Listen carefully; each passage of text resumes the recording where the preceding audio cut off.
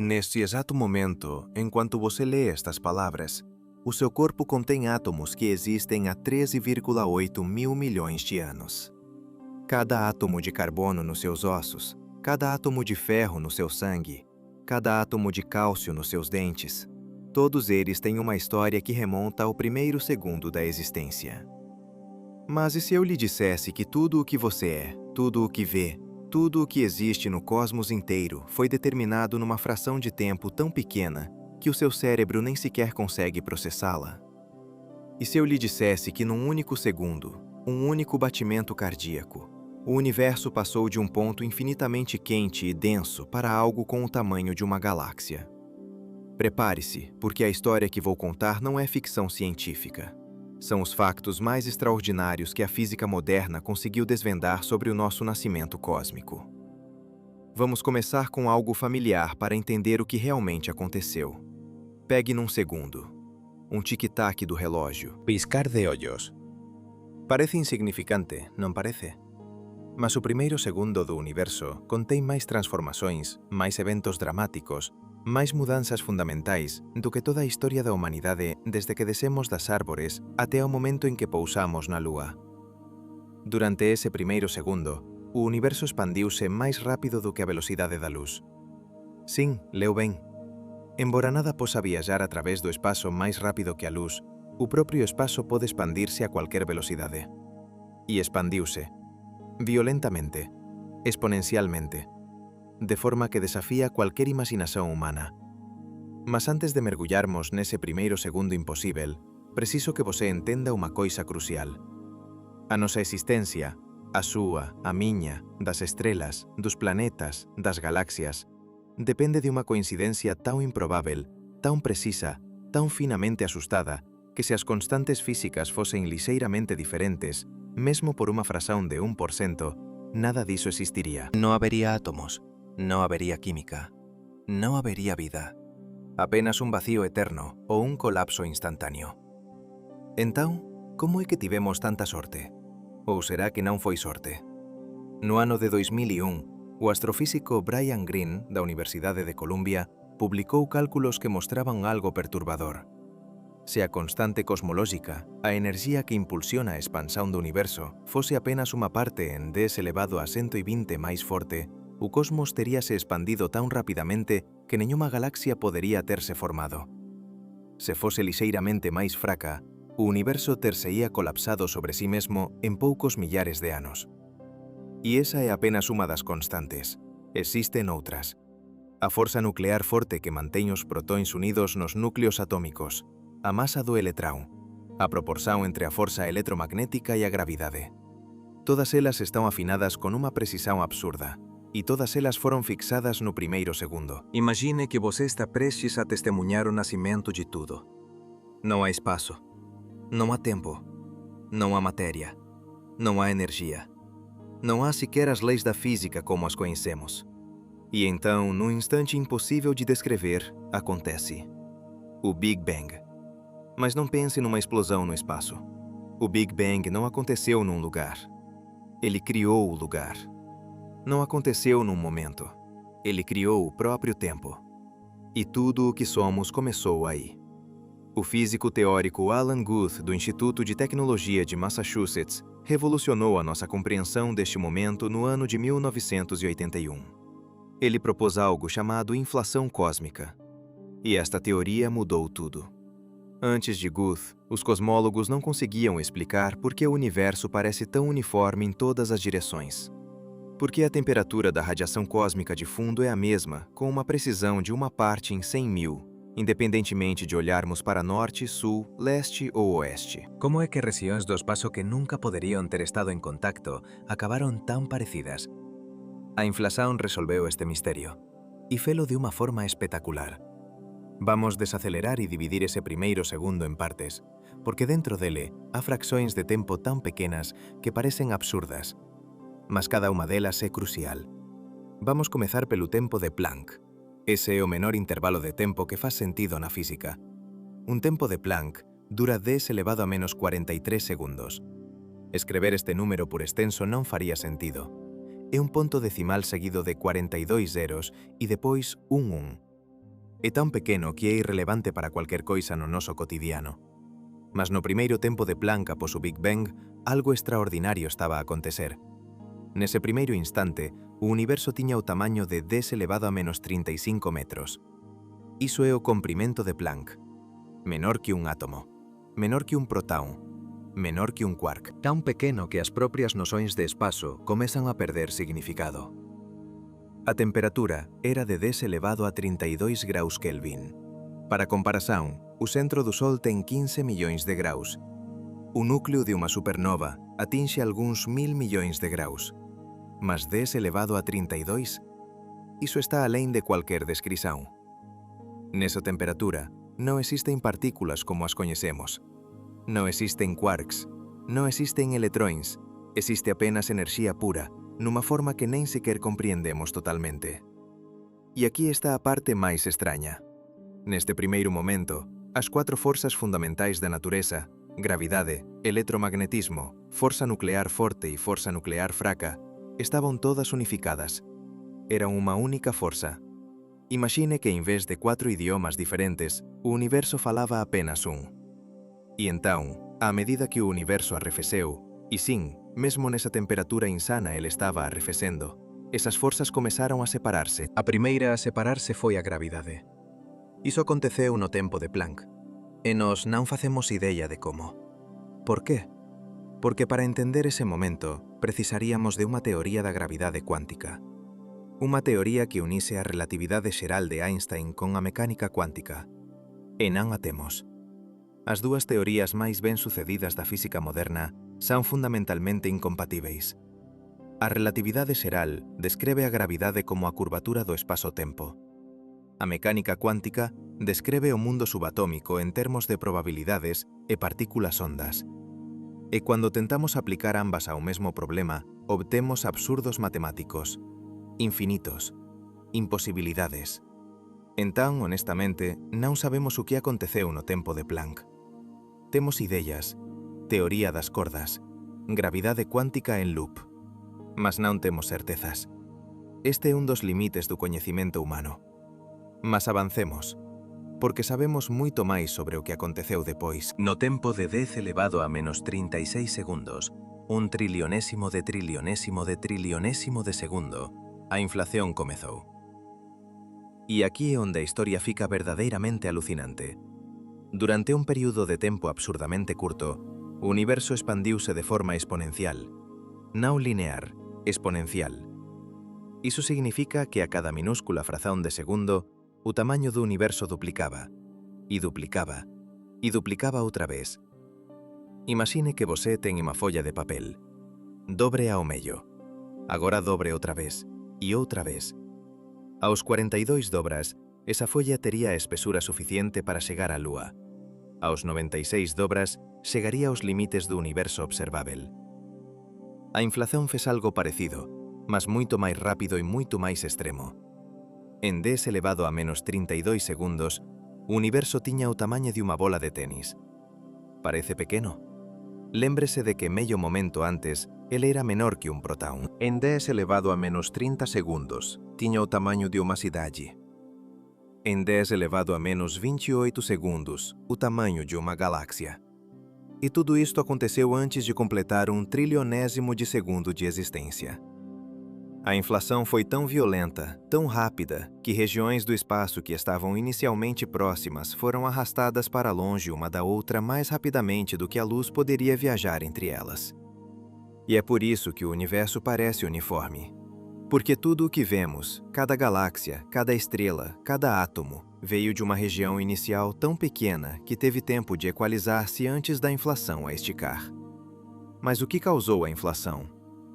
A resposta mais aceite é algo chamado campo inflatão. Um campo de energia que permeava todo o espaço naquele momento inicial. Pense nele como uma pressão negativa, uma espécie de antigravidade que, em vez de atrair coisas, as empurrava violentamente para longe. E esse campo estava num estado de alta energia, instável. À medida que o universo se expandia, o campo inflatão começou a decair, a descer para um estado de energia mais baixo.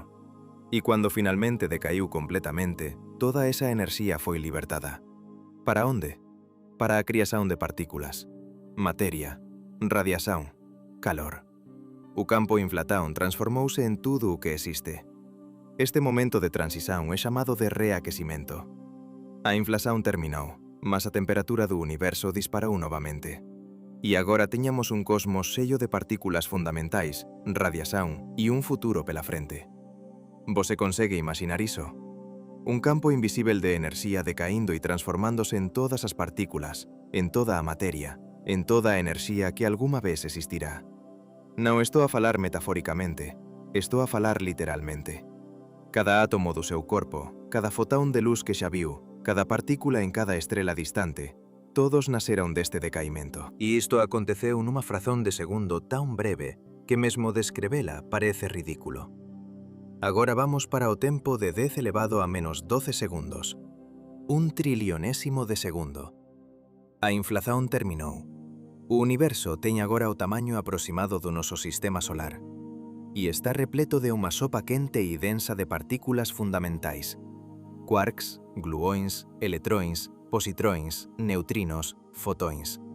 Todos colidindo uns con os outros a velocidades próximas da luz.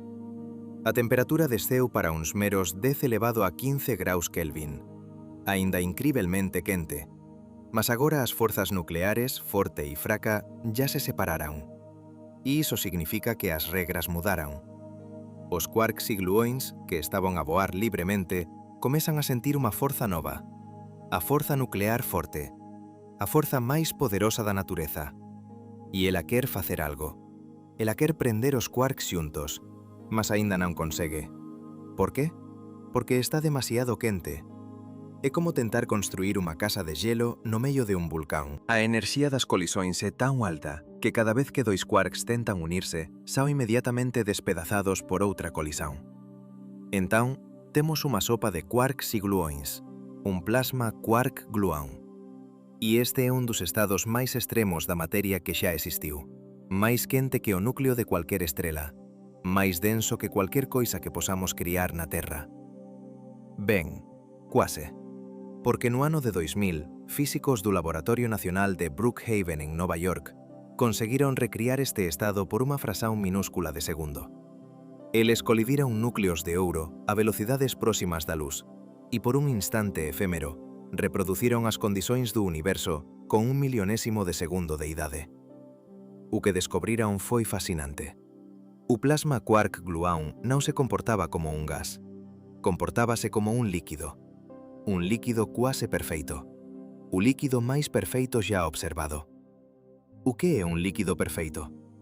É un fluido sen viscosidade, sen fricción interna. Se você mexer unha xávena de café, ela eventualmente para debido á viscosidade da agua. Mas un líquido perfeito continuaría a xirar para sempre.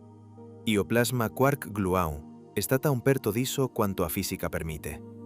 É un dos comportamentos máis extraños e belos da materia, e existiu en abundancia durante os primeiros momentos do universo.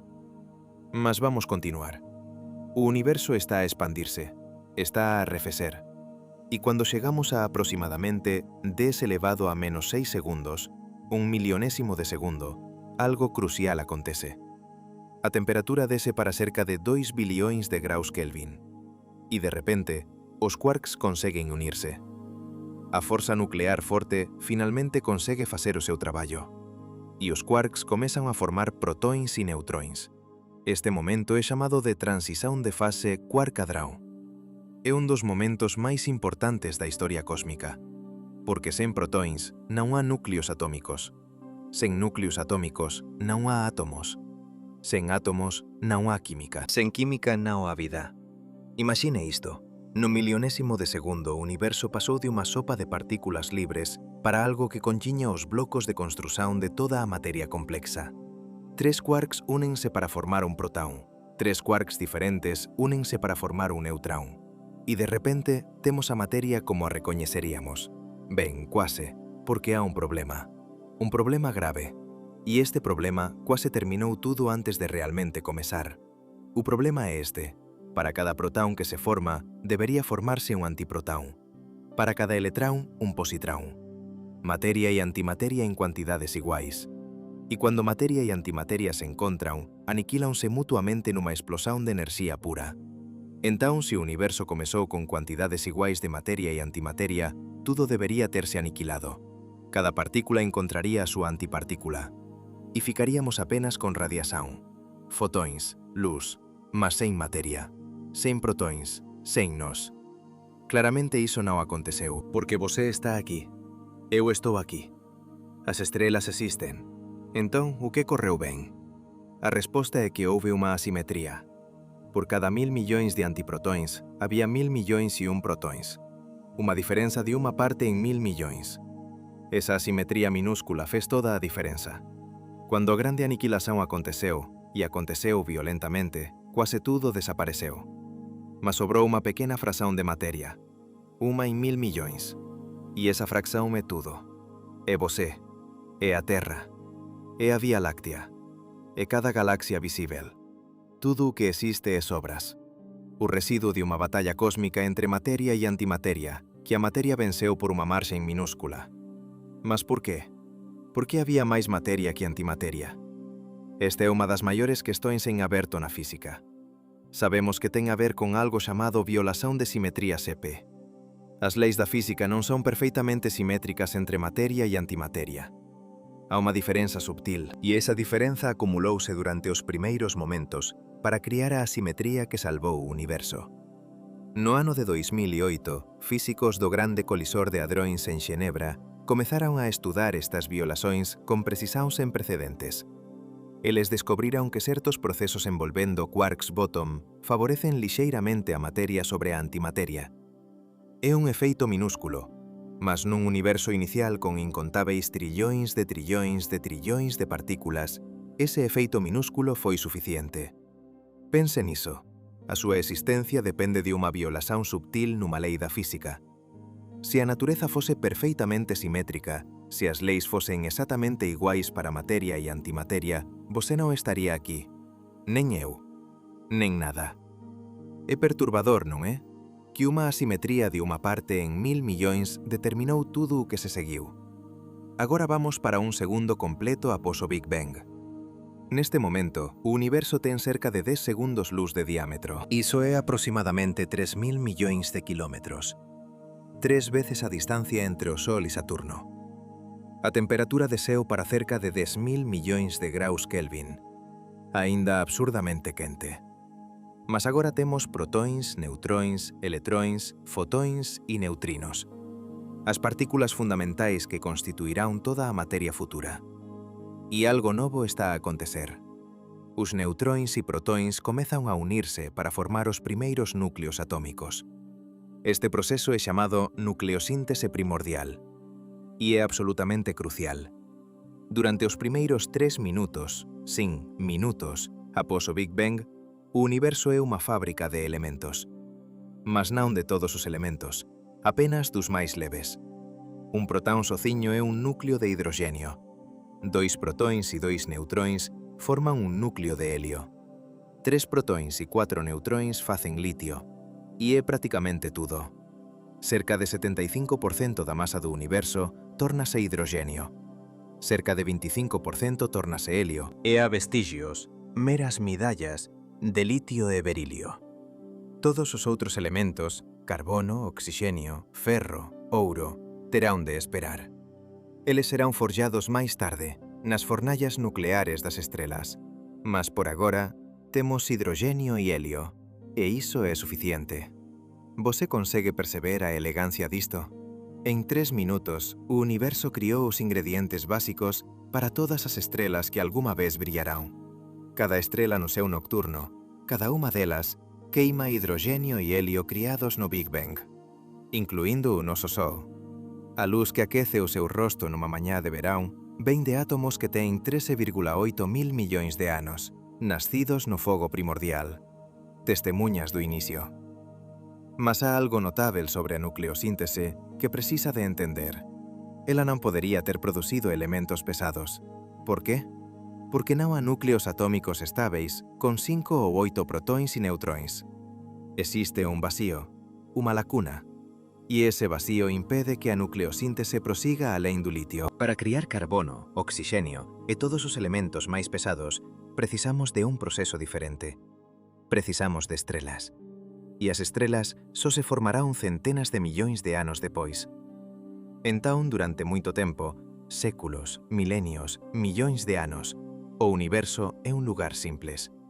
Hidrogenio, helio, radiación e escuridão. Agora preciso que você entenda algo profundo. Tudo o que descreví até agora, a inflación, o plasma quark-gluón, a nucleosíntese, tudo iso está baseado en observacións reais, non é especulación. Como é que sabemos?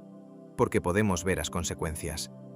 En 1965, dois radioastrónomos amados Arno Penzias e Robert Wilson estaban a traballar con unha grande antena en Nova Jersey. Eles estaban a tentar eliminar ruído estático que interfería con as súas medições. Non importaba o que fixesen, non conseguían librarse dele. O ruído viña de todas as direccións, de día e de noite, no verán e no inverno. Era constante e irritante. Eventualmente perceberon algo extraordinario. Aquele ruído non era ruído, era un sinal do propio Big Bang. A radiación cósmica de fundo en microondas, quando o universo tiña apenas 380.000 anos, arrefeceu o suficiente para que os elétrons e prótons se combinassem e formassem átomos neutros de hidrogênio. E nesse momento, os fotões, a luz, puderam finalmente viajar livremente. Antes disso, o universo era opaco. A luz estava constantemente a colidir com eletrões livres, mas depois da recombinação, o universo tornou-se transparente. E esses fotões viajaram durante 13,8 mil milhões de anos. E ainda estão aqui, preenchendo o cosmos. Podemos detectá-los. E ao fazê-lo, estamos literalmente a olhar para o universo quando era apenas um bebê. Penzias e Wilson receberam o Prémio Nobel de Física em 1978 pela sua descoberta. E mereciam, porque encontraram a melhor evidência que temos para o Big Bang. Mas não parou aí. Em 1989, a NASA lançou o satélite COBE.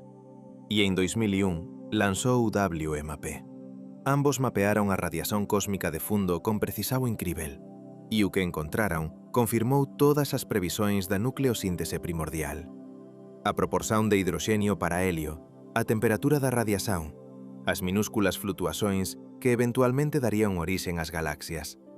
Tudo batía certo, con unha precisão absurda. Entón, sim, sabemos o que aconteceu no primeiro segundo. Temos as ecuações, temos as observações, temos a teoría, e tudo encaixa de forma bela e aterradora. Mas aquí está a questão que ninguén consegue responder. Por qué? Por que o universo comezou desta forma? Por que as constantes ten os valores que ten? Por que houve inflación? Por que existía un campo inflatón? Estas son preguntas sen resposta, e talvez nunca as respondamos. Algúns físicos propoen a existencia de un multiverso. A idea de que o noso universo é apenas un entre incontáveis outros. En cada universo as constantes físicas son diferentes. Na maioría deles a vida é imposível. Mas nós existimos neste, porque este é un dos raros universos onde as constantes están axustadas para permitir átomos, estrelas e eventualmente nós. É o principio antrópico. Existimos porque o universo permite a nosa existencia. Noutras palabras, non temos sorte. Simplesmente non poderíamos existir nun universo diferente para nos preguntarmos sobre isto. Mas isto é satisfactorio? Algúns axan que sin. Outros senten que é unha explicación preguizosa. O físico Roger Penrose, da Universidade de Oxford, calculou que a probabilidade do noso universo ter as condições iniciais que teve é de 1 en 10 elevado a 10 elevado a 123. Este é un número tan grande que non faz sentido. É maior que o número de partículas no universo, é maior que o número de posíveis estados cuánticos. É simplesmente astronómico. E segundo Penrose, iso significa que debe haber algo que non compreendemos. Algo fundamental. Tal vez as constantes non sexan constantes. Tal vez muden con o tempo ou varíen de lugar para lugar. Tal vez haxa unha teoría máis profunda que aínda non descobrimos. Unha teoría que explica por que as coisas son como son.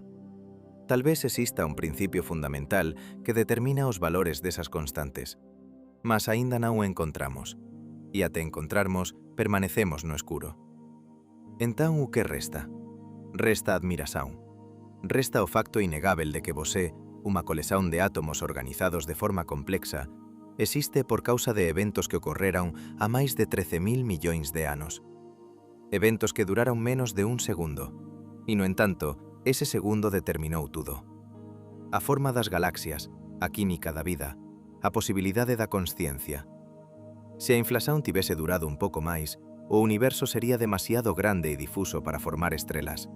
Se tivese durado un pouco menos, tería colapsado sobre sí mesmo. Se os quarks fosen lixeiramente máis pesados, non formarían protóns estáveis.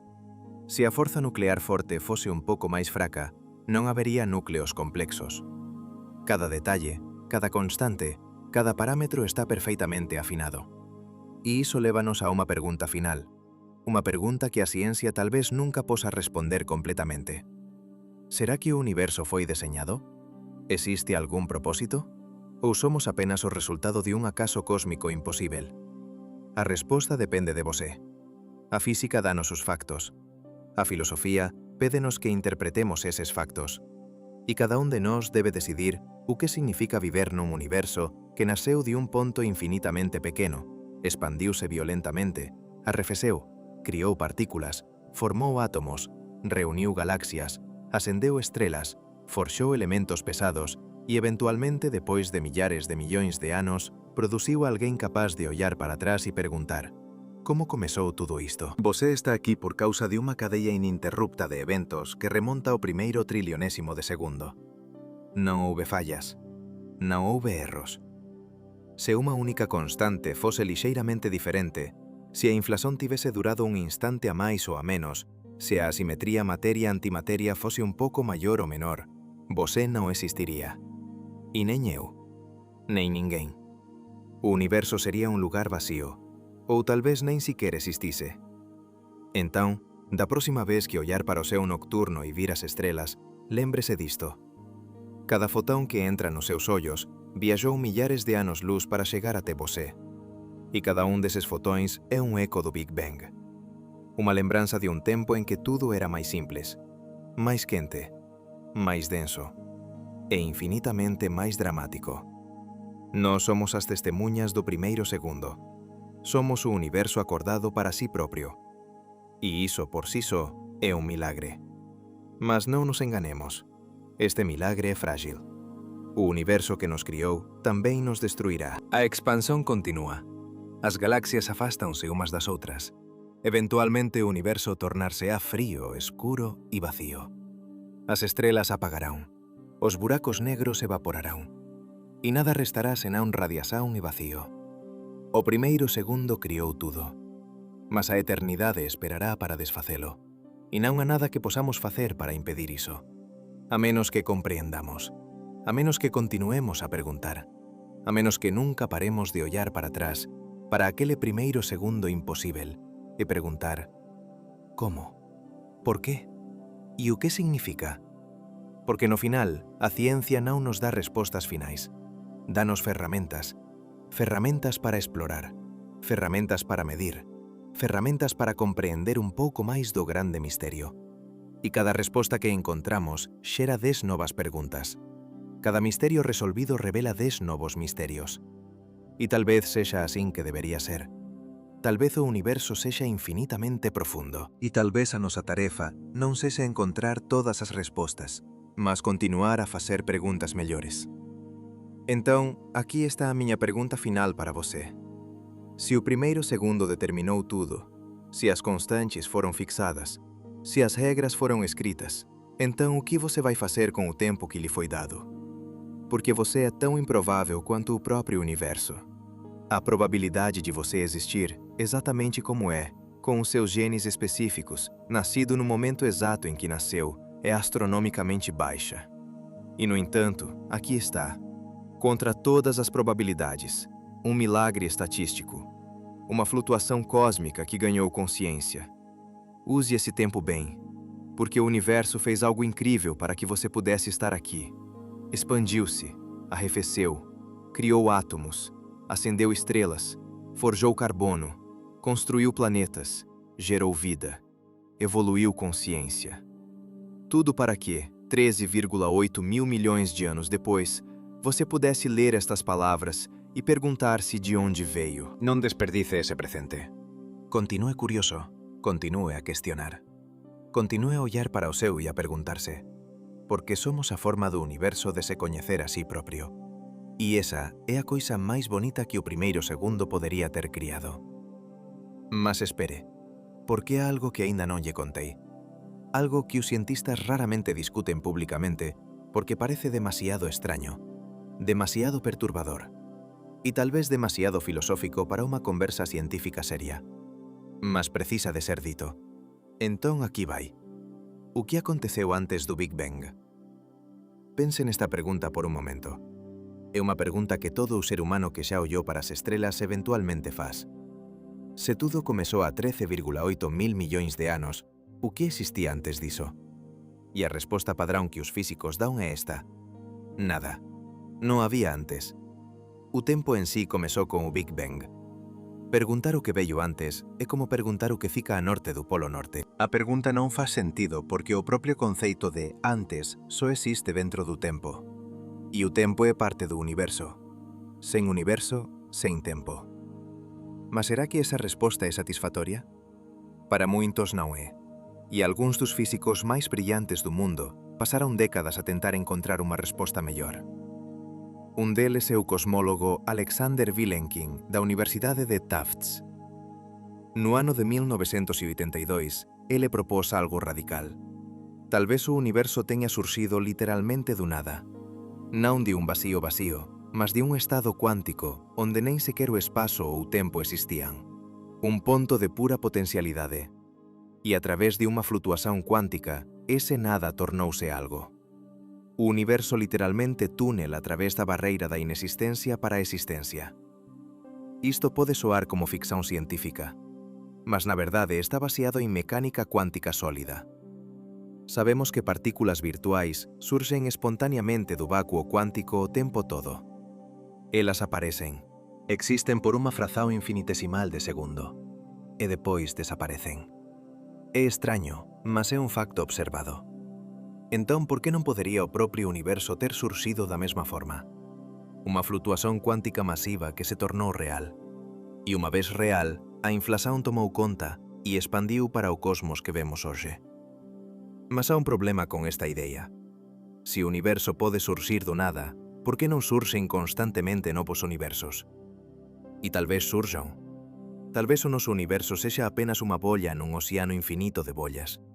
Un multiverso onde universos bebés están constantemente a nacer, a expandirse e tal vez eventualmente a morrer. Cada un con as súas propias leis físicas, as súas propias constantes, os seus propios destinos. E nós simplesmente acontecemos de viver nunha das raras bollas onde as condições permiten a vida. É unha idea vertixinosa e non a forma de atestar. Aínda, outro físico, Roger Penrose, ten unha idea diferente. Ele propón algo chamado cosmoloxía cíclica conforme. A idea é que o noso Big Bang non foi o inicio de tudo, foi apenas o máis recente nunha serie infinita de Big Bangs. O universo expándese, as estrelas morren, os buracos negros evaporan, e eventualmente, depois de un tempo inimaginablemente longo, o universo tórnase completamente uniforme. Apenas radiación, neñuma estrutura, neñuma materia. E nese estado, dis Penrose, o conceito de tempo perde significado. Un segundo tórnase indistinguível de 1 trillón de anos. E nese momento de ausencia temporal, un novo Big Bang pode ocorrer. E o ciclo recomeza, eternamente. É unha idea bela e aterradora, porque se for verdade, significa que tudo isto já aconteceu antes, incontáveis veces. E acontecerá novamente, incontáveis veces. Non somos apenas un capítulo nunha historia infinita, unha repetición nunha peza cósmica que nunca termina. Você gosta desta idea? Ou prefere pensar que o noso universo é único? Que o noso Big Bang foi especial? A primeira e única vez que algo surciu do nada? Agora déixeme levalo a un lugar aínda máis extraño. Vamos falar sobre o que a mecánica cuántica realmente significa para o primeiro segundo. Porque até agora descreví tudo como se fose determinístico, como se houvese un guión. A inflación acontece, os quarks fórmanse, os protóns surxen. Mas a mecánica cuántica dísnos que nada disto é determinístico. Tudo é probabilístico. No nivel cuántico, nada ten unha posición definida ou un momento definido até ser medido. Existe unha sobreposición de todos os estados posíveis. Entón, o que isto significa para o Big Bang? Significa que o propio Big Bang estaba nunha sobreposición. Todos os universos posíveis existían simultaneamente. Universos onde a inflación durou máis tempo. Universos onde durou menos. Universos onde as constantes eran lixeiramente diferentes. E só cuando algo, tal vez a primeira medición cuántica, tal vez o surximento da consciencia, observou o universo, é que ele colapsou nunha única realidade. A realidade que vivemos agora. Isto é chamado de interpretación de moitos mundos da mecánica cuántica, proposta pelo físico Hugh Everett en 1957. E se for verdade, significa que todos aqueles outros universos posíveis aínda existen, non como abstrações, non como posibilidades, mas como realidades paralelas, ramos do mesmo tronco cuántico. E en algún deses ramos, unha versión lixeiramente diferente de você está a ler unha versión lixeiramente diferente deste texto. Ou tal vez non estexa a ler nada. Tal vez nese ramo a vida nunca teña surxido, ou tal vez teña surxido de unha forma completamente diferente. Consegue imaginar isto? Un multiverso cuántico onde cada escolla, cada evento, cada flutuación cuántica cría un novo ramo da realidade. E todos eles son igualmente reais. Não é ficção científica. É uma interpretação legítima da mecânica quântica, defendida por muitos físicos respeitáveis, incluindo David Deutsch, da Universidade de Oxford, e Sean Carroll, do Instituto de Tecnologia da Califórnia. E se eles estiverem certos, então o primeiro segundo não criou apenas um universo, criou uma infinidade deles. E nós vivemos apenas num deles, sem forma de saber quantos outros existem ou quão diferentes são. Mas há ainda outra questão, uma questão que é talvez a mais profunda de todas. O que causou o Big Bang? Mesmo que aceitemos que o universo surgiu de uma flutuação quântica, ainda podemos perguntar: por que existem leis quânticas? Por que existe mecânica quântica? Por que existe algo em vez de nada? O físico e filósofo Sean Carroll argumenta que esta pergunta pode não ter resposta, porque qualquer resposta que dessemos exigiria outra explicação, e essa explicação exigiria outra, e assim por diante. Talvez en algún ponto teñamos de aceitar que algunhas coisas simplesmente son. Que o universo é un facto bruto, sen causa, sen razón. Simplesmente existe. Mas iso non satisfaz a maioría das persoas. Nos humanos temos unha necesidade profunda de significado, de propósito, de razóns. E a idea de que tudo isto, as galaxias, as estrelas, a vida, a consciencia, non ten razón final é difícil de aceitar. Entón procuramos alternativas. Algúns recorren á relixión. Dicen que Deus criou o universo, mas iso apenas empurra a que está un paso para atrás. Quen criou Deus? Outros propoen que vivemos nunha simulación, que algunha civilización avanzada criou o noso universo como un programa de computador. Mas iso tamén apenas adía a questão. Quen criou os simuladores? No final, tal vez teñamos de aceitar a incerteza. Tal vez nunca saibamos por que o Big Bang aconteceu. Tal vez esa é unha daquelas preguntas que está para sempre alén do alcance da ciencia. E tal vez iso sexa bon. Porque deixa espazo para admirazano, para misterio, para a humildade de recoñecer que a pesar de todo o noso coñecimento, aínda há coisas que non compreendemos. E tal vez nunca compreendamos. Mas non interpretemos iso como unha derrota. É o oposto. É un convite. Un convite para continuar a explorar, para continuar a cuestionar, para nunca aceitar respostas fáceis ou confortáveis. Porque a historia da ciencia é unha historia de sorpresas, de descobertas que ninguén esperaba, de respostas que xeraron preguntas aínda máis profundas. E tal vez daqui a 100 anos, ou 1000 anos, ou 10.000 anos, alguén ollará para atrás e rirá do noso entendimento limitado. Da mesma forma que nós agora ollamos para atrás e vemos as limitações de Newton ou Aristóteles. Entón vamos máis fundo. Vamos falar sobre algo que raramente é discutido fora dos círculos académicos. Os problemas con a teoría do Big Bang. Porque sim, há problemas. E os cientistas serios recoñécennos. Un dos maiores é chamado de problema da singularidade. As ecuações da relatividade xeral prevén que no momento cero, o momento exacto do Big Bang, a densidade e a temperatura tornanse infinitas. E sempre que a matemática dá infinito como resposta, sabemos que algo está errado. Porque infinitos non existen na natureza. Son sinais de que a nosa teoría quebrou, que estamos a facer preguntas que a teoría non pode responder. Entón, o que isto significa? Significa que a relatividade xeral non pode descrever o momento exacto do Big Bang. Ela funciona perfeitamente para tudo o que acontece depois, a inflación, a expansión, a formación de estruturas. Mas no tempo cero, ela falla. E é aí que precisamos de gravidade cuántica, unha teoría que aínda non temos. Entón, honestamente, non sabemos o que aconteceu no momento cero. Sabemos o que aconteceu un trilionésimo de trilionésimo de trilionésimo de segundo depois. Mas non no momento cero. Ese momento permanece envolto en misterio. Outro problema é chamado de problema do horizonte. Ya mencionei isto antes, mas déixeme aprofundar. Cuando ollamos para a radiación cósmica de fundo, vemos que ela é incrivelmente uniforme. A temperatura é a mesma en todas as direccións, con unha precisión de unha parte en 100.000. Mas como é que rexións do espazo que nunca poderían ter estado en contacto, porque están demasiado afastadas para que a luz viaxe entre elas, acabaron con a mesma temperatura?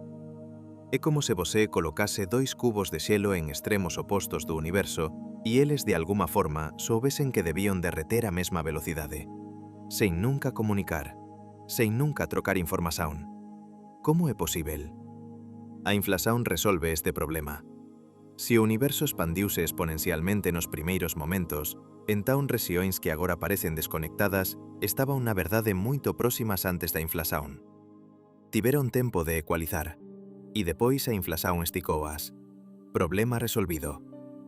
Exceto por un detalle. Non temos evidencia directa da inflación, apenas evidencia circunstancial. As previsións da inflación corresponden ás observacións, mas correspondencia non é proba. Podería haber outra explicación que aínda non consideramos. De facto, no ano de 2013, o satélite Planck da Axencia Espacial Europea procurou por sinais de ondas gravitacionais primordiais. Esas ondas serían unha proba definitiva da inflación. E o satélite non as encontrou. Ben, encontrou algo que inicialmente parecía promisor, mas depois percebeuse que era poeira na nosa propia galaxia, un falso positivo. Entón, aínda non temos a proba definitiva, e algúns físicos comezan a cuestionarse se a inflación realmente aconteceu, ou se precisamos de unha teoría diferente. Paul Steinhardt da Universidade de Princeton, un dos fundadores da teoría da inflación, tornouse un dos seus maiores críticos. Ele argumenta que a inflación resolve algúns problemas, mas cría outros, e que talvez estejamos a seguir o camiño errado. Ele propone un modelo alternativo chamado universo ecpirótico. Neste modelo, o noso universo é unha de dúas membranas tridimensionais flutuando nun espazo de dimensóns superiores. E o Big Bang aconteceu cando esas dúas membranas coliviron. É unha idea radical, e aínda máis difícil de testar que a inflación. Mas mostra que a ciencia está viva, que o debate continúa, que non temos todas as respostas. E iso é bon, porque a ciencia non é un libro de respostas, é un proceso, un método, unha forma de facer preguntas cada vez mellores, e de estar disposto a mudar de ideas cando novas evidencias aparecen. Newton pensaba que o tempo era absoluto. Einstein probou que estaba errado. Einstein pensaba que o universo era estático. Hubble probou que estaba errado. Hubble pensaba que o universo estaba a expandirse a unha taxa constante. Perlmutter, Schmidt e Riess probaron que estaba errado e gañaron o Premio Nobel de Física en 2011 por descubrir que a expansón está a acelerar. Entón, o que é que nos pensamos agora que será probado errado no futuro? Non sabemos. E esa é a parte emocionante, porque significa que aínda há descobertas a facer, aínda há misterios a resolver, aínda há maravillas esperando para nos surpreender. Agora vamos falar sobre algo pessoal, algo que conecta você directamente ao primeiro segundo. Os átomos no seu corpo. Ya mencionei isto, mas quero que realmente compreenda. Cada átomo de carbono en você foi criado no núcleo de unha estrela que viveu e morreu antes do Sol nacer. Cada átomo de ferro no seu sangue foi forxado numa supernova. Uma explosão tão violenta que por um breve momento brilhou mais que uma galáxia inteira. E cada átomo de hidrogênio, e você tem muitos deles porque o seu corpo é cerca de 60% água e a água é H2O. Cada átomo desses veio diretamente do Big Bang. Pense nisso. O hidrogênio no seu corpo tem 13,8 mil milhões de anos.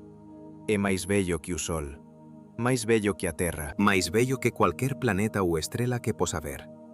Esses átomos estiveram lá, no primeiro segundo, quando o universo era um plasma quente e denso, quando não havia galáxias, quando não havia estrutura, apenas energia e potencial. E agora, depois de uma jornada de 13 mil milhões de anos, esses átomos estão em você, formando o seu corpo, permitindo os seus pensamentos, tornando a sua existência possível. Você não é separado do universo. Você é uma parte dele, uma parte muito especial, porque você é uma das formas do universo de se tornar consciente de si próprio, de olhar para trás através do tempo e maravilhar-se com a própria origem. Carl Sagan disse isto melhor que ninguém. Somos feitos de matéria estelar. O cosmos está dentro de nós. Somos uma forma do universo de se conhecer. E eu acrescentaria, somos também uma forma do primeiro segundo de ecoar através das eras. Aquele momento de criação violenta, quente e caótica ainda ressoa em cada átomo, em cada célula, em cada pensamento que você tem. Mas há algo ainda mais profundo, algo que a física quântica nos ensina, e que é talvez o facto mais estranho sobre a realidade. No nível cuántico, tudo está conectado. Quando duas partículas interagem, elas ficam entrelaçadas. E uma vez entrelaçadas, o que acontece a uma afeta instantaneamente a outra, não importa quão distantes estejam. Einstein chamou a isto ação fantasmagórica à distância, e odiava-a, porque parecia violar a relatividade. Como é que a informação poderia viajar mais rápido que a luz? Mas acontece. Foi provado experimentalmente vezes sem conta. Em 1982, o físico Alain Aspect realizou uma série de experiências que confirmaram o entrelaçamento quântico além de qualquer dúvida razoável. E desde então, tem sido reproduzido em laboratórios por todo o mundo. Então, sabemos que é real. Mas aqui está a parte alucinante. Se voltarmos ao primeiro segundo, todas as partículas no universo estavam num espaço incrivelmente pequeno. Todas interagiram. Todas ficaram entrelaçadas. E ese entrelazamento nunca desapareceu completamente. O que isto significa? Significa que nun sentido moito real, tudo no universo aínda está conectado. Cada átomo en você está cuánticamente entrelazado con átomos en estrelas distantes, con partículas en galaxias a millóns de anos-luz, con tudo o que existe. Non estamos separados. Somos parte de unha tella cósmica de conexões que remonta ao primeiro segundo. É unha idea que desafía a intuición, mas é o que a física nos diz, e talvez sexa por iso que algunhas tradicións filosóficas e espirituais sempre falaron de interconexión, de unidade, de tudo ser un. Talvez elas intuíran algo que a física moderna agora confirma, de unha forma diferente, con ecuações e experiencias, mas chegando a unha conclusión similar. Entón, o que facemos con esta información? Como vivemos sabendo que somos produto de un primeiro segundo imposível? Que somos feitos de átomos criados no Big Bang e forllados en estrelas? Que estamos cuánticamente conectados con tudo o que existe? Para min, iso traz responsabilidade e admiración. Responsabilidade porque somos parte de algo extraordinario e admiración porque contra todas as probabilidades estamos aquí, conscientes, capaces de comprender, capaces de cuestionar. Você podería ter sido cualquier coisa, ou podería non ter sido nada. Mas o universo conspira de unha forma específica. As constantes asustáranse, a inflación aconteceu, as galaxias formáranse, as estrelas acenderan, os planetas reuníranse, a vida emerciu, e eventualmente você apareceu. Unha combinación única de átomos antigos organizados de unha forma nova. Unha configuración que nunca existiu antes e nunca existirá novamente. Você é verdadeiramente único e temporario, como tudo no universo. E talvez sexa iso que torna a existencia preciosa. Non a eternidade, mas a transitoriedade. a raridade, a improbabilidade. Entón volto á pergunta. O que vai facer con este tempo? Este breve momento cósmico en que está consciente, en que pode pensar, sentir, explorar, amar, criar. Porque o primeiro segundo deulle esta oportunidade. E o universo non voltará a producilo. Cando você for, será para sempre. Claro que os átomos continuarán, reciclarseán, tornarseán parte de outras coisas, outras estrelas, outros planetas, tal vez outras formas de vida. Mas você, a configuración específica, a consciencia particular, o padrán único que é você agora, desaparecerá. É asustador ou libertador? Eu diría libertador, porque remove a presión da eternidade. Non precisa viver para sempre. Non precisa ser perfeito. Só precisa estar presente, estar curioso, estar vivo. E tal vez, apenas tal vez, deixar algo para atrás que torne o universo lixeiramente máis interesante do que era antes de você chegar. Un pensamento, unha idea, unha obra de arte. Un ato de bondade, unha descoberta científica, unha pergunta que ninguén tiña feito antes. Cualquier coisa que adicione ao grande tesouro do coñecimento e experiencia humana. Porque é iso que facemos. Nós humanos somos coleccionadores de experiencias, criadores de significado, contadores de historias. E a historia do primeiro segundo é tal vez a maior historia xa contada. Unha historia de criación, de transformación, de potencial tornándose realidade. E agora você coñece esa historia, faz parte de você. E tal vez mude a forma como ve o mundo, como se ve a sí propio, como ve o seu lugar neste cosmos vasto e antigo. Entón, cando ollar para o seu noturno hoxe, lémbrese. As estrelas que ve son irmás do noso Sol, todas nacidas de nubens de gas e poeira criadas no rescaldo do Big Bang. A luz que entra nos seus ollos viaxou a través do espazo vacío durante anos, décadas, séculos. E cando finalmente chega, contalle unha historia. Unha historia sobre onde viemos, para onde vamos E quen somos no medio desta jornada cósmica imposível que comezou a 13,8 mil millóns de anos. nun único segundo imposível. O primeiro segundo. O segundo que determinou tudo. Mas agora preciso contarlle sobre os arquivos. As coisas que os cientistas saben, mas raramente discuten públicamente. Os problemas non resolvidos. As experiencias que fallaron. As teorías que non funcionan tan ben como gostaríamos de admitir. Porque a ciencia verdadeira non é unha marcha triunfal de suceso após suceso. É unha luta, cheia de falsos começos, becos sen saída e misterios profundos que permanecen sen resposta. Vamos comezar con a materia escura. Já mencionei que sabemos que ela existe porque vemos os seus efeitos gravitacionais. As galaxias rodan demasiado rápido. Os aglomerados galácticos contén máis masa do que podemos ver. E a radiación cósmica de fundo mostra padróns que só facen sentido se houber materia invisível. Entón sabemos que está lá. Mas non sabemos o que é. E tentamos descubrir durante décadas, con cero suceso. No ano de 2015, o grande colisor de hadróns comezou a procurar por partículas de materia escura. Eles aumentaron a enerxía das colisóns para níveis sen precedentes. Se a materia escura fose feita de partículas masivas de interacción fraca, os chamados WIMPs, a teoría máis popular, deberían telas criado. Mas non criaran. Nada apareceu. Cero deteccións. E isto é un problema enorme, porque os WIMPs eran a nosa mellor aposta, a teoría máis desenvolvida, a que tiña máis apoio, e fallou. Entón os físicos comezaron a considerar alternativas. Axions, partículas incrivelmente leves que quase non interaxen con nada, ou materia escura primordial, ou modificacións da propia gravidade. Mas nenhuma destas ideas ten evidencia sólida. Son especulacións, hipóteses, e a verdade honesta é que non facemos idea do que constitúe o 85% da materia no universo. Deixe iso penetrar. 85%. Non sabemos o que é.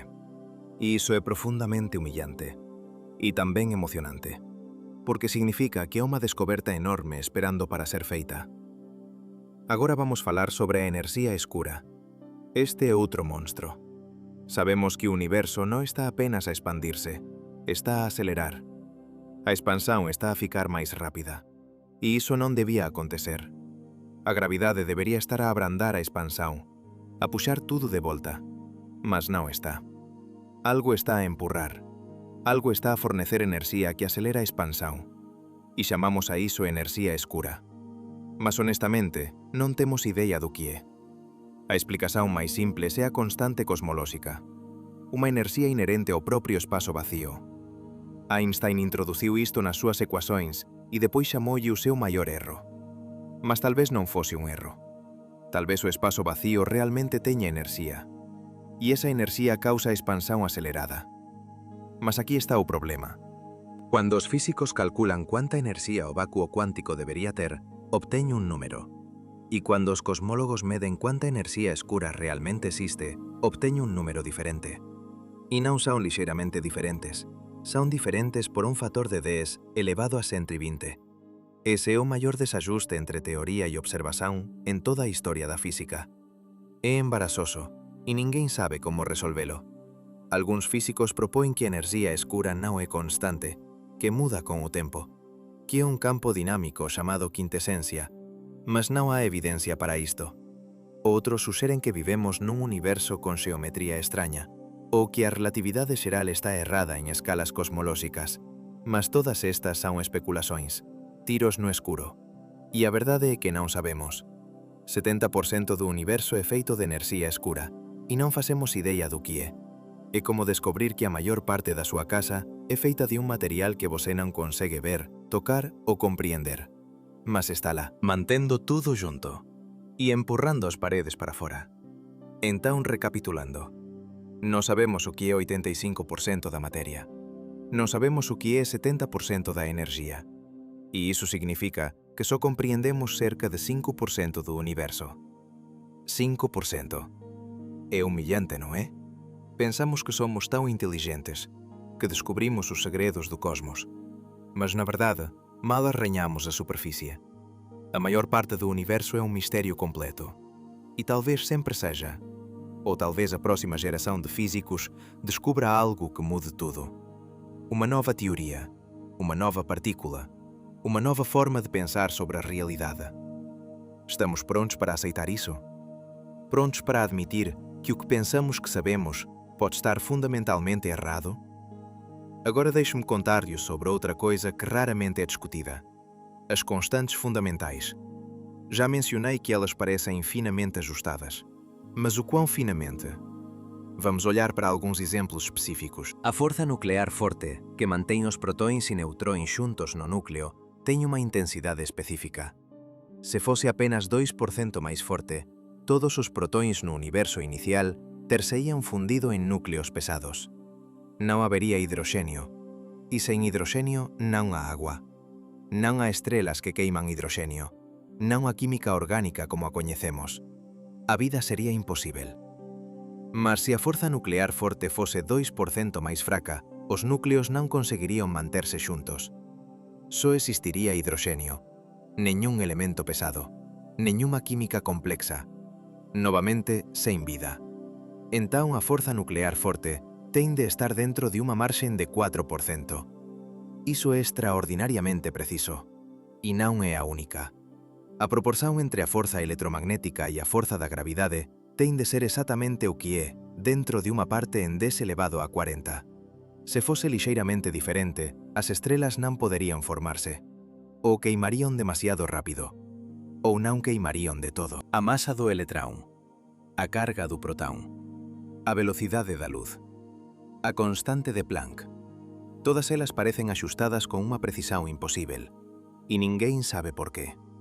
Algúns dicen que é proba de design, que algo ou alguén axustou estas constantes intencionalmente. Outros dicen que é o principio antrópico, que simplesmente temos de viver nun universo onde as constantes permiten a vida, porque non poderíamos existir noutro lugar para nos preguntarmos sobre isto. E outros dicen que é evidencia de un multiverso, que hai incontáveis universos con constantes diferentes, e nós simplesmente acontecemos de estar nun dos raros onde tudo se encaixa. Cual destas explicacións é correta? Non sabemos, e talvez nunca saibamos, porque como testamos a existencia de outros universos? Como probamos que as constantes poderían ter sido diferentes? Estas son preguntas que poden estar para sempre alén da ciencia. E iso non significa que non sexan importantes. Significa apenas que tal vez precisemos de otras formas de pensar sobre elas. Filosofía, metafísica, ou simplesmente aceitar o misterio. Mas há outra posibilidade, unha que é raramente discutida, mas profundamente perturbadora. E se as constantes non foren constantes? E se mudaren con o tempo? Ou varíen de lugar para lugar? Há algúns indicios, moito controversos e non confirmados, de que a velocidade da luz pode ter sido lixeiramente diferente no pasado distante. Observações de quasares distantes suxeren anomalías minúsculas na forma como a luz interaxe coa materia. Se isto for verdade, se as constantes puderen mudar, entón tudo o que pensamos que sabemos sobre o universo está errado. As leis da física non serían leis. Serían máis como suxestións. Regras que se aplican na maior parte do tempo, mas non sempre, non en todo o lado. A maioría dos físicos rexeita esta idea.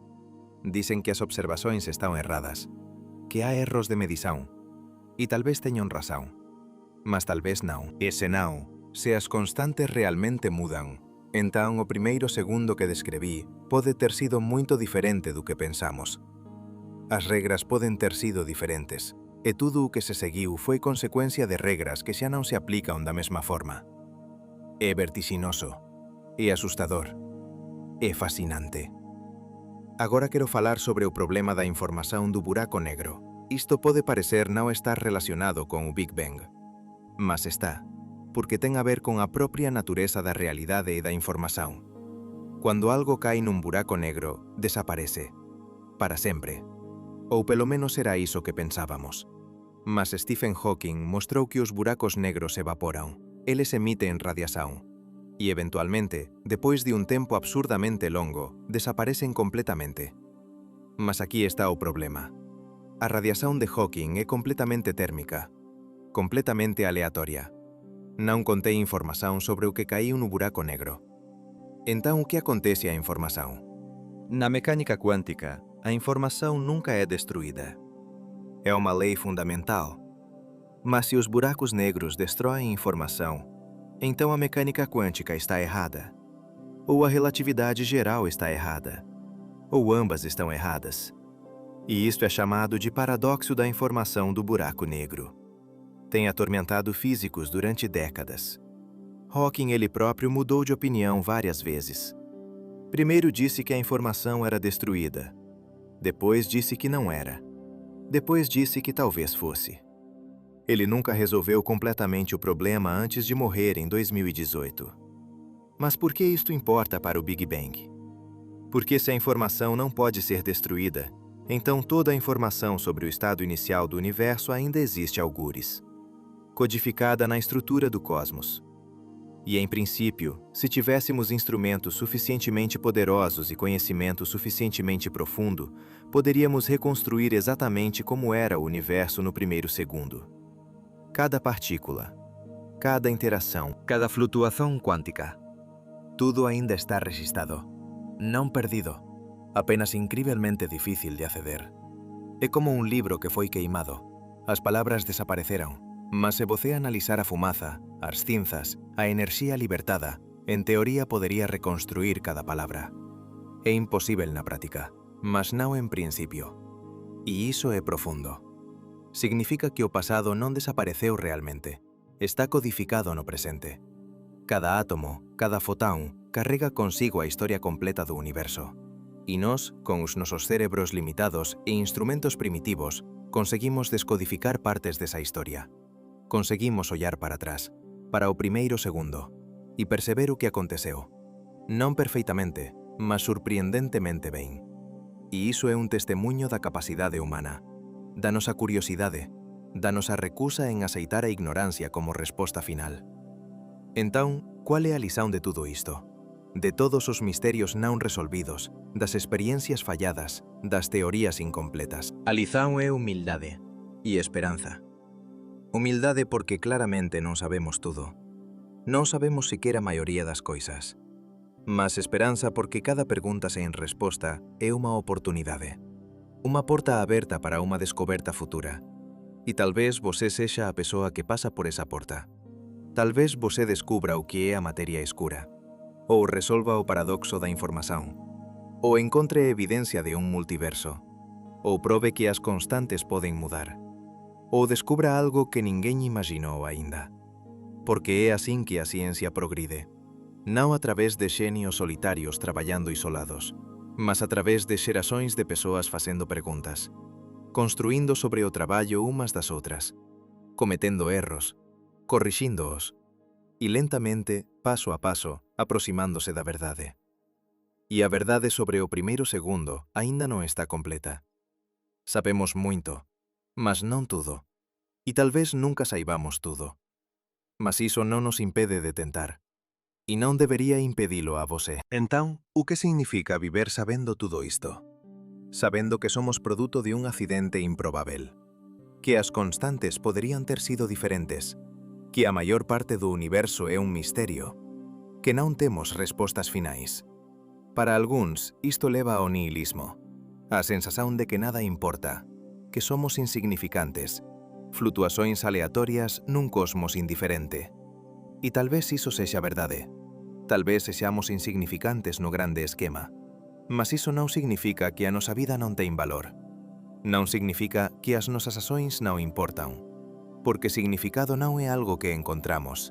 É algo que criamos. Você decide o que importa. Você decide o que vale a pena.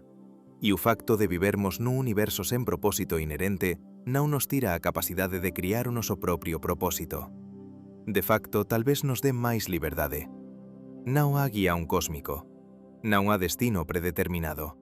Você é libre para escoller, para criar, para explorar, para amar, para descobrir, para contribuir. E esa liberdade, esa posibilidade aberta, é talvez a maior dádiva que o primeiro segundo nos deu.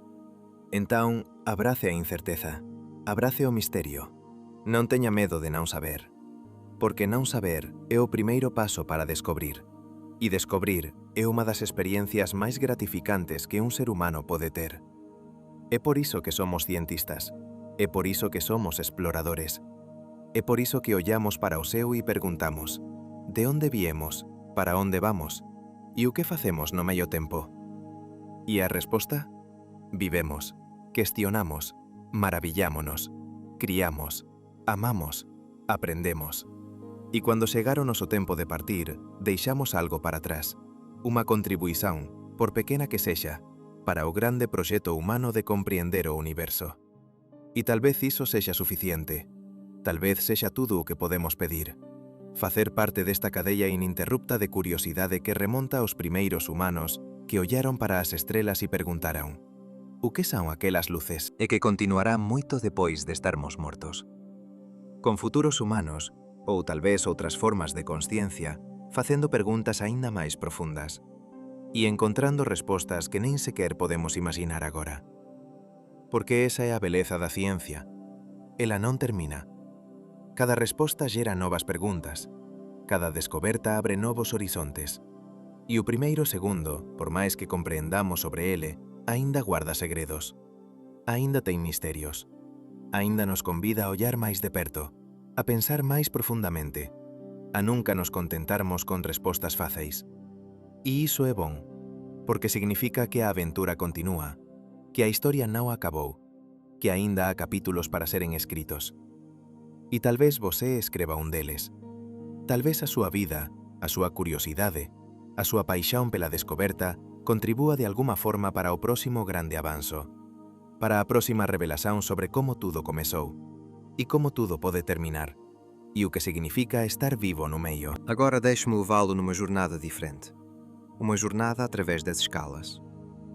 Porque para realmente compreender o primeiro segundo, precisa entender as escalas envolvidas. E as escalas do universo são tão extremas, tão vastas, tão minúsculas, que o cérebro humano simplesmente não evoluiu para as compreender intuitivamente.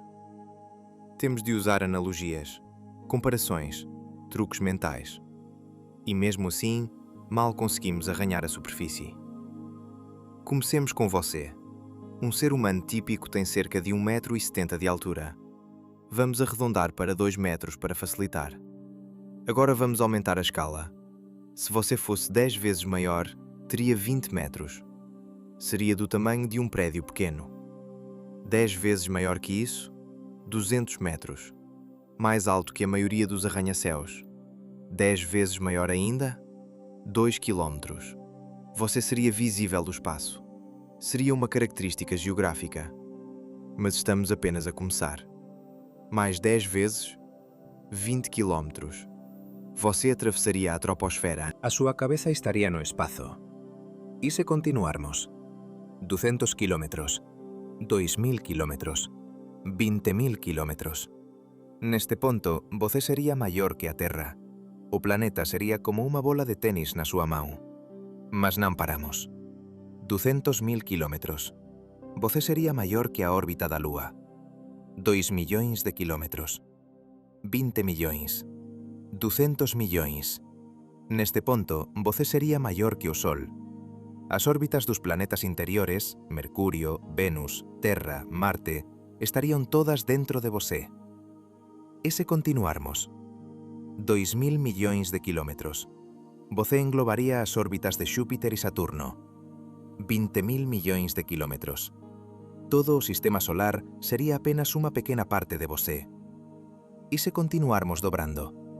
1 ano luz, 2 anos luz, 10, 100, 1000. Neste ponto, você alcanzaría as estrelas viciñas, 10.000 anos luz. Você abrangería unha fracción significativa da Vía Láctea, 100.000 anos luz. Você sería do tamaño da nosa galaxia inteira. E aínda non paramos. 1 millón de anos luz. 10 millóns. 100 millóns.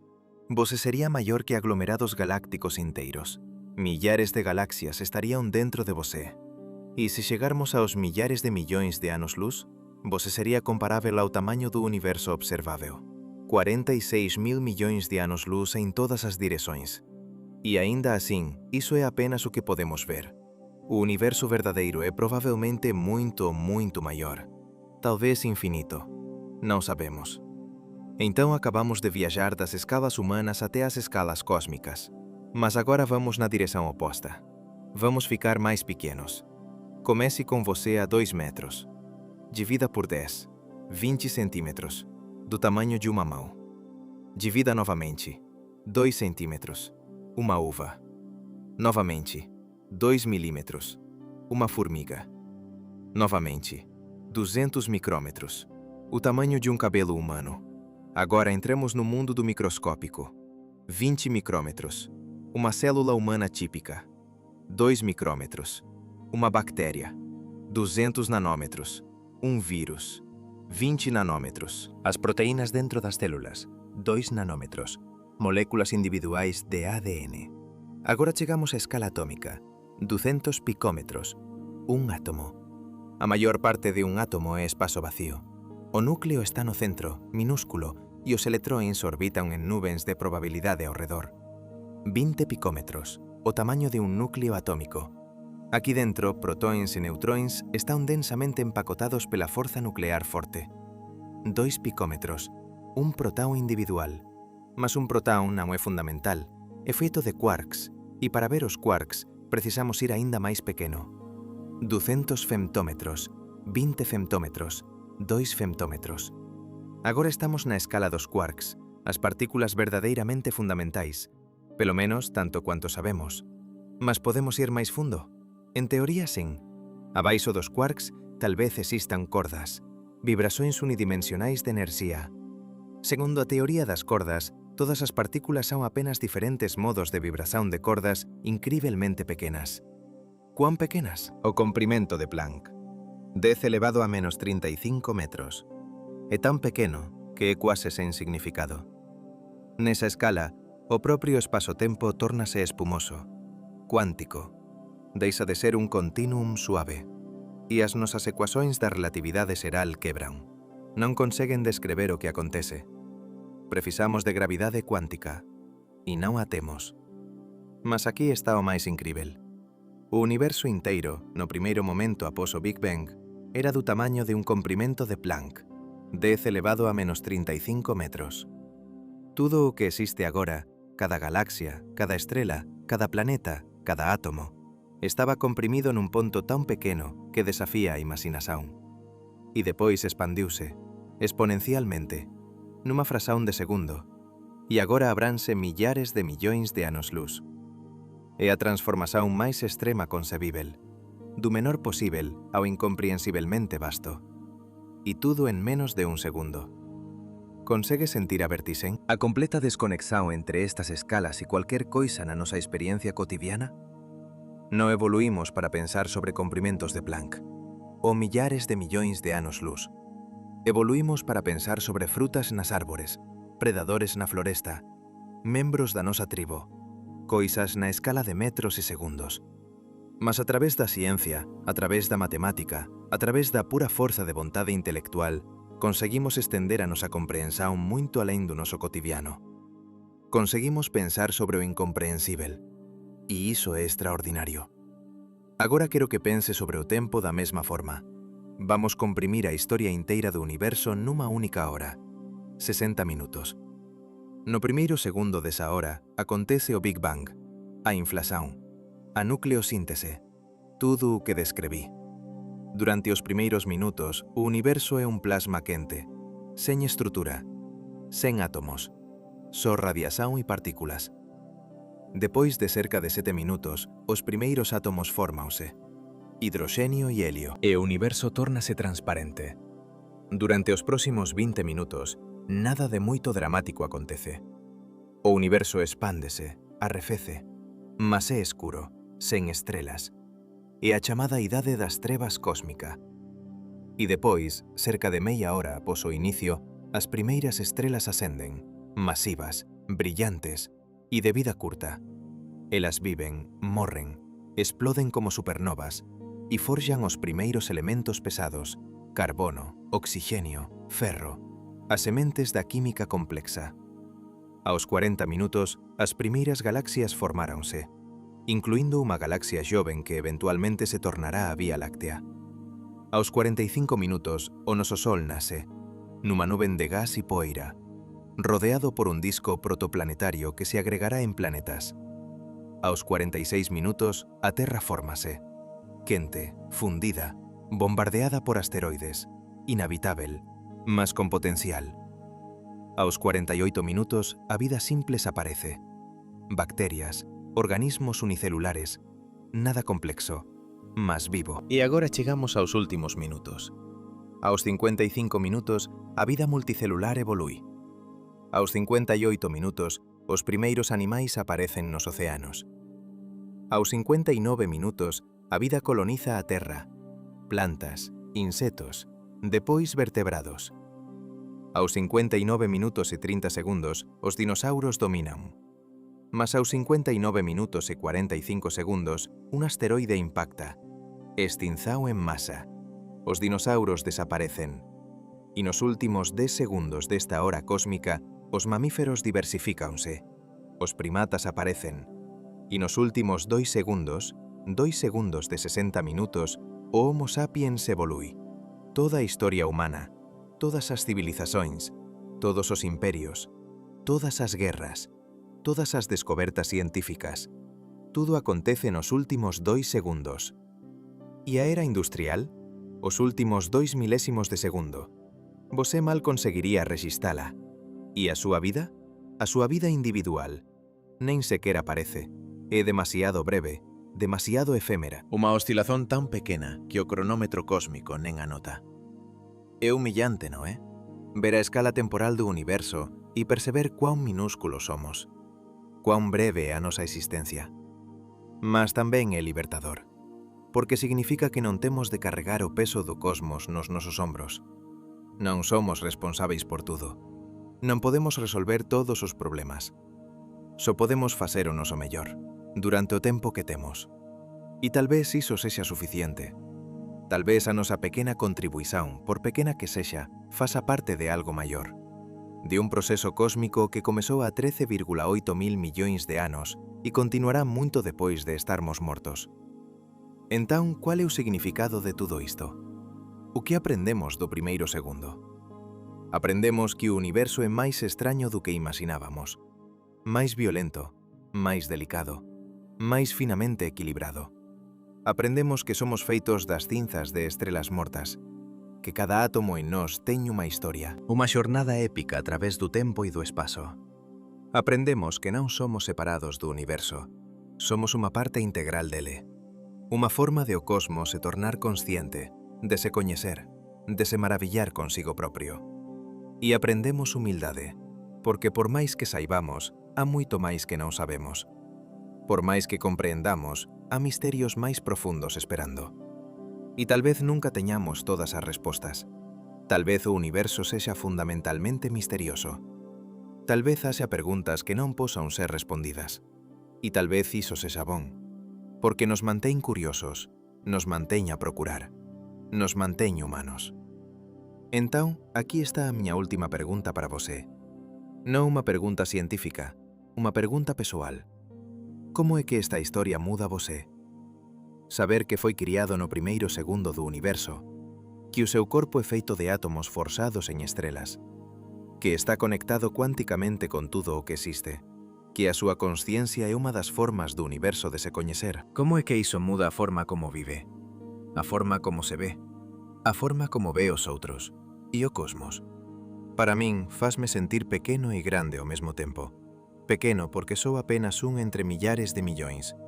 Un ser efémero nunha xornada cósmica que durará trillóns de anos. Más grande porque carrego dentro de min a historia inteira do universo, desde o primeiro segundo até agora. E porque a miña consciencia, por breve que sexa, é extraordinaria, é rara, é preciosa. É a forma do universo de ollar para si propio e dizer: isto é belo, isto é misterioso, isto vale a pena explorar. Entón, non desperdice este tempo, este momento único, esta consciencia que ten. Úsea ben, úsea para explorar, para aprender, para criar, para amar, para facer preguntas, para procurar respostas, para contribuir, mesmo que sexa só un pouco, para o grande proxecto humano de compreender o cosmos. Porque somos todos parte deste proxecto, todos nós. Desde os primeiros humanos que ollaron para as estrelas e se preguntaran o que eran, até aos futuros humanos que tal vez viaxen para esas estrelas e tal vez encontren outras formas de consciencia, outras civilizações que tamén están a facer as mesmas preguntas, tamén a procurar as mesmas respostas. E tal vez un día, daqui a millares ou millóns de anos, alguén olle para atrás para esta época, para o século XXI, para os primeiros humanos que comezaron a compreender verdadeiramente o Big Bang, o primeiro segundo, a orixen de tudo. E tal vez eles se rían da nosa ingenuidade, das nosas teorías incompletas, das nosas tecnologías primitivas. Mas espero que tamén sintan gratidão, porque foron persoas como você, como eu, como todos os cientistas e pensadores e curiosos ao longo da historia que abriran o camiño, que fixeron as primeiras preguntas, que deran os primeiros pasos, que dixeran: non vamos aceitar a ignorancia, vamos procurar, vamos descubrir, vamos compreender. E compreendemos moito, non tudo, mas moito. Sabemos que o universo comezou a 13,8 mil millóns de anos. Sabemos que expandiuse exponencialmente. Sabemos que criou átomos, estrelas, galaxias. Sabemos que as leis da física son as mesmas en todo o lado. Sabemos que estamos feitos de materia estelar. Sabemos que estamos conectados con tudo. Sabemos que a nosa existencia depende de un equilibrio delicado de constantes fundamentais. E sabemos que somos a forma do universo de se coñecer. Iso é extraordinario, e humilde, e maravilloso, e aterrorizante, tudo ao mesmo tempo. Porque a verdade é sempre máis extraña que a ficción. A realidade é sempre máis surpreendente do que podíamos imaginar. E o primeiro segundo, ese momento imposíbel de criación, é a proba diso. Un momento que durou menos do que un piscar de ollos. Un momento en que tudo foi decidido. Todas as regras escritas. Todas as posibilidades fixadas. E tudo o que se seguiu. Os millares de millóns de anos de historia cósmica foi apenas o desdobramento desas regras. A execución de un programa establecido no primeiro segundo. Ou tal vez non. Tal vez aínda haya espazo para novidade, para emerxencia, para surpresas. Tal vez o universo sexa máis creativo do que pensamos. talvez as regras permitan máis liberdade do que imaginamos. E talvez nós, con a nosa consciencia e a nosa creatividade, sexamos parte desa novidade. Non apenas produtos pasivos do primeiro segundo, mas participantes activos na evolución continua do cosmos. Talvez posamos criar algo novo, algo que non estaba determinado desde o inicio, algo verdadeiramente original. E se así for, entón a nosa responsabilidade é aínda maior. Porque non somos apenas observadores, somos criadores, co-criadores con o universo. E o que criamos importa. As nosas ações teñen consecuencias. As nosas escollas facen diferenza. Non no grande esquema cósmico, tal vez, mas no pequeno esquema humano. E o pequeno esquema é onde vivemos, é onde amamos, é onde sofremos, é onde encontramos significado. E tal vez sexa aí que debemos focar, non no destino final do universo, non na morte térmica daqui a trillóns de anos, mas no aquí e agora, no momento presente, no único momento que realmente temos. Porque o primeiro segundo criou o potencial, mas nós criamos a realidade. Nós decidimos o que facer con os átomos que herdamos, con a consciencia que evoluiu, con o tempo que nos foi dado. E esa é unha responsabilidade bela e aterrorizante, porque significa que somos libres, libres para escoller, libres para criar, libres para explorar e libres para fallar. Mas fallar é parte do proceso. É así que aprendemos, é así que crecemos. E tal vez sexa por iso que o universo criou seres conscientes, para experimentar, para tentar coisas novas, para ver o que é posível. Entón, experimente, tente, falle, aprenda, tente novamente. E en cuanto faz iso, lémbrese de onde veio, do primeiro segundo, do momento de criación, do instante imposível en que nada se tornou tudo. E saiba que carrega iso dentro de sí, en cada átomo, en cada pensamento, en cada batimento cardíaco. Vosé é o universo vivendo, respirando, pensando, sentindo. E iso é un milagre. Non importa cuántas veces a ciencia explique, non importa cuán natural pareza, é aínda un milagre. E vosé é ese milagre. Entón viva ben, viva curiosamente, viva corajosamente. E cando chegar o seu momento de partir, quando os seus átomos se dispersarem e se juntarem a novas configurações, saiba que fez parte de algo extraordinário. Que a súa consciência, por breve que fosse, iluminou un pequeno canto do cosmos. E que iso é suficiente. Mais do que suficiente. É tudo o que alguma vez poderíamos pedir.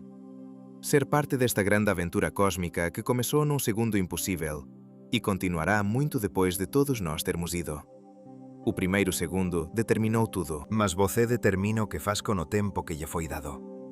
úseo ben, úseo sabiamente, e úseo para deixar o universo un pouco máis interesante, un pouco máis belo, un pouco máis consciente do que era antes de você chegar. Porque iso é o seu legado. Non inmortalidade, mas contribuición. E no final, tal vez sexa a única inmortalidade que realmente importa. A forma como mudamos o mundo, a forma como inspiramos outros, a forma como contribuímos para o grande proxecto de compreensão, e a forma como videmos con admiración e gratidão por termos tido a sorte imposible de existir. Contra todas as probabilidades, nun universo que podería facilmente non ter permitido a nosa existencia, mas permitiu. E aquí estamos, produtos do primeiro segundo, testemunhas do cosmos, exploradores do misterio e participantes na maior historia xa contada, a historia de como o universo nasceu, como evoluiu e como eventualmente acordou para si propio, a través de nós, a través de você. A través de cada ser consciente que ya oyó para as estrelas se preguntó: ¿por qué? ¿Cómo? E o que significa? Continúe a preguntar, continúe a procurar e continúe a maravillarse. Porque no final é a admiración que nos torna humanos e é a admiración que nos conecta co primeiro segundo, con aquele momento de pura potencialidade, cuando tudo era posible e nada estaba decidido, exceto que habería un universo. E nese universo, eventualmente, habería vosé. E aquí chegamos ao fin da nosa xornada, mas non ao fin da historia, porque a historia do universo continúa. Neste exato momento, en algún lugar distante, unha estrela está a nacer. Numa nuben de gas e poeira, a gravidade está a puxar materia para dentro, a comprimir, a aquecer. E en breve, a fusión nuclear ascenderá, e unha nova luz brillará no cosmos. Unha luz que tal vez, daqui a millares de millóns de anos, seja observada por alguén. Alguén como você. Alguém facendo as mesmas perguntas que facemos agora. E talvez nesse momento distante, eles saibam mais do que nós. Talvez tenham descoberto a natureza da matéria escura. Talvez tenham desvendado os segredos da energia escura. Talvez tenham uma teoria completa da gravidade quântica. Talvez possam descrever o momento exato do Big Bang sem singularidades ou infinitos. E talvez olhem para trás para nós, para este momento da história, e sintam gratidão. Porque fomos nós que fizemos as primeiras perguntas sérias, nós que construímos os primeiros telescópios poderosos, nós que realizamos as primeiras experiências cruciais. Ou talvez não haja ninguém no futuro. Talvez a humanidade não sobreviva. Talvez nos destruamos antes de alcançar as estrelas. Talvez um asteroide nos atinja, ou uma pandemia, ou uma guerra nuclear, ou talvez simplesmente nos esgotemos. Não é uma possibilidade agradável, mas é uma possibilidade real. E se acontecer, se formos extintos, o que resta? Os átomos que formaram os nossos corpos continuarão, reciclar-se-ão. Formarão novas configurações, talvez novas formas de vida, talvez novas consciencias. E talvez elas tamén ollen para as estrelas, tamén façam perguntas, tamén procuren respostas. E a grande aventura da compreensão cósmica continuará, con ou sem nós. Mas espero que sexa connosco. Espero que sobrevivamos, que cresamos, que aprendamos, que eventualmente nos espallemos pelas estrelas, que encontremos outras civilizacións, ou que sexamos os primeiros, os pioneiros, os que levan a consciencia a cantos do universo que nunca viron vida. E espero que cando o fixermos, levemos connosco a humildade, a admiración, a curiosidade, as cualidades que nos fixeron facer estas preguntas en primeiro lugar. Porque esas cualidades son preciosas, son o que nos torna verdadeiramente humanos, e son o que o universo precisa. Máis ollos a observar, máis mentes a pensar, máis consciencias a maravillarse. Porque no final, tal vez seja ese o propósito.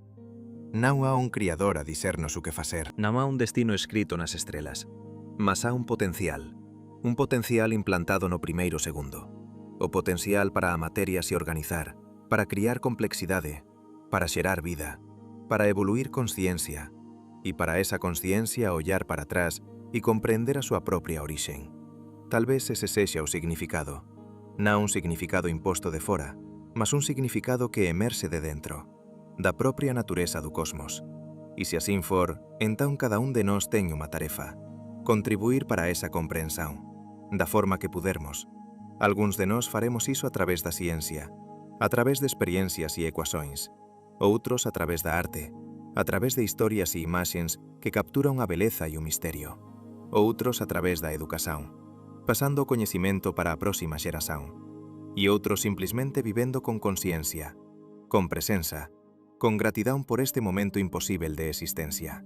Todas estas contribuições importan. Todas son parte do grande proxecto. Entón, cando sair lá para fora hoxe a noite e ollar para o ceo, véxao de forma diferente. Non son apenas pontos de luz, son sóis distantes, cada un con a súa propia historia, cada un potencialmente rodeado por planetas. E tal vez algúns deses planetas teñan vida, tal vez algúns teñan consciencia, e tal vez neste exato momento, alguén noutro mundo esteja a ollar para cima, para a súa estrela, perguntándose se está sozinho, perguntándose se há outros como ele, facendo as mesmas perguntas que você. E a resposta é, non está sozinho, nunca esteve, porque todos somos fillos do mesmo primeiro segundo, todos feitos da mesma materia estelar, todos parte da mesma familia cósmica, e esa familia é vasta, e antiga, e cheia de misterio. E aínda temos muito a aprender uns con os outros, muito a explorar juntos. muito a descobrir. O primeiro segundo foi apenas o início, o verdadeiro início. E o que acontece a seguir? Isso depende de nós, das escolhas que fazemos, das perguntas que fazemos. Da curiosidade que mantemos viva e da admiración que nunca deixamos morrer. Porque a admiración é o noso maior presente. É o que o primeiro segundo nos deu. A capacidade de ollar para o cosmos e sentir algo. Maravilla, espanto, reverencia. E sin, tamén medo. Porque o universo é vasto, é indiferente, e non se importa connosco. Mas iso non diminúe a nosa importancia. Pelo contrario, tórnanos máis preciosos, porque somos raros, somos improbáveis, somos os que se importan, os que facen preguntas, os que procuran significado nun universo que non oferece niñún. E encontramos ese significado, non porque nos foi dado, mas porque o criamos, juntos, como especie, como consciencia, como a forma do universo de se coñecer. E iso é belo, é profundo, é suficiente. Non precisamos de máis, non precisamos de eternidade, non precisamos de certeza absoluta, non precisamos de respostas finais. O que precisamos é isto: estar vivos, estar conscientes, estar curiosos e estar gratos. Gratos pelo accidente cósmico que nos trouxe aquí. Gratos pelas constantes que se aliñaron perfeitamente. Gratos pelo primeiro segundo que determinou tudo. E gratos pelo tempo que temos. Por breve que sexa, por insignificante que pareza na escala cósmica, é o noso tempo. E podemos usalo como quisermos. Entón, úseo ben. Úseo con propósito. Úseo con amor. E úseo con admiración. Porque cuando tudo terminar, cuando a última estrela se apagar, cuando o último buraco negro evaporar, cuando o universo se tornar frío e escuro e vacío, o que terá importado? Non a duración, non a escala, mas a cualidade, a profundidade, a beleza dos momentos que tivemos, as ligações que ficemos, as descobertas que alcanzamos, e a forma como vivemos con consciencia da nosa orixen imposível e do noso destino inevitável. Ese é o verdadeiro legado do primeiro segundo. Non apenas que criou o universo, mas que criou a posibilidade de comprensión, a posibilidade de significado. A posibilidade de você estar aquí, agora, neste momento, lendo estas palabras e pensando sobre a súa conexión con o cosmos. E esa posibilidade tornouse realidade, contra todas as probabilidades, contra toda a lógica. E, no entanto, aquí está. Entón non a desperdice, esta vida, esta consciencia, este momento. É tudo o que ten, mas tamén é tudo o que precisa. Porque neste momento, neste único momento presente, você contén a historia inteira do universo, desde o primeiro segundo até agora, e para o futuro descoñecido. Você é a ponte entre o pasado e o futuro, entre a materia e a mente, entre o cosmos inconsciente e a consciencia desperta. E esa é uma posição extraordinária, uma responsabilidade incrível e um presente incomparável. Use-o, abrace-o, viva-o. E quando chegar o momento de deixá-lo ir, e esse momento virá para todos nós, deixe-o ir sabendo que fez parte de algo maior. Que a sua vida, por breve que tenha sido, contribuiu para a grande aventura cósmica. Que os seus pensamentos, os seus sentimentos, as súas descobertas acrescentaron algo ao tesouro da experiencia consciente. E que os átomos que formaran o seu corpo continuarán. Reciclar-se-ão, formar-se-ão en novas configurações. E talvez, numa escala temporal que non podemos imaginar, contribúan para novas formas de vida, novas consciencias, novos ollos ollando para as estrelas, novas mentes facendo preguntas. E a grande historia continuará. E talvez iso sexa inmortalidade suficiente. Non a continuación da nosa identidade individual, mas a continuación do proxecto, a jornada, a busca, que comezou no primeiro segundo e continuará en cuanto houber consciencia no universo para facer preguntas, para procurar respostas, para maravillarse co misterio e para honrar a orixen imposível da nosa existencia. Por tanto, vá, viva, questione, descubra, ame, críe e maravíllese, porque é para iso que o primeiro segundo o criou, non para ter todas as respostas, mas para facer todas as preguntas. Non para viver para sempre, mas para viver plenamente. Non para conquistar o cosmos, mas para compreendelo.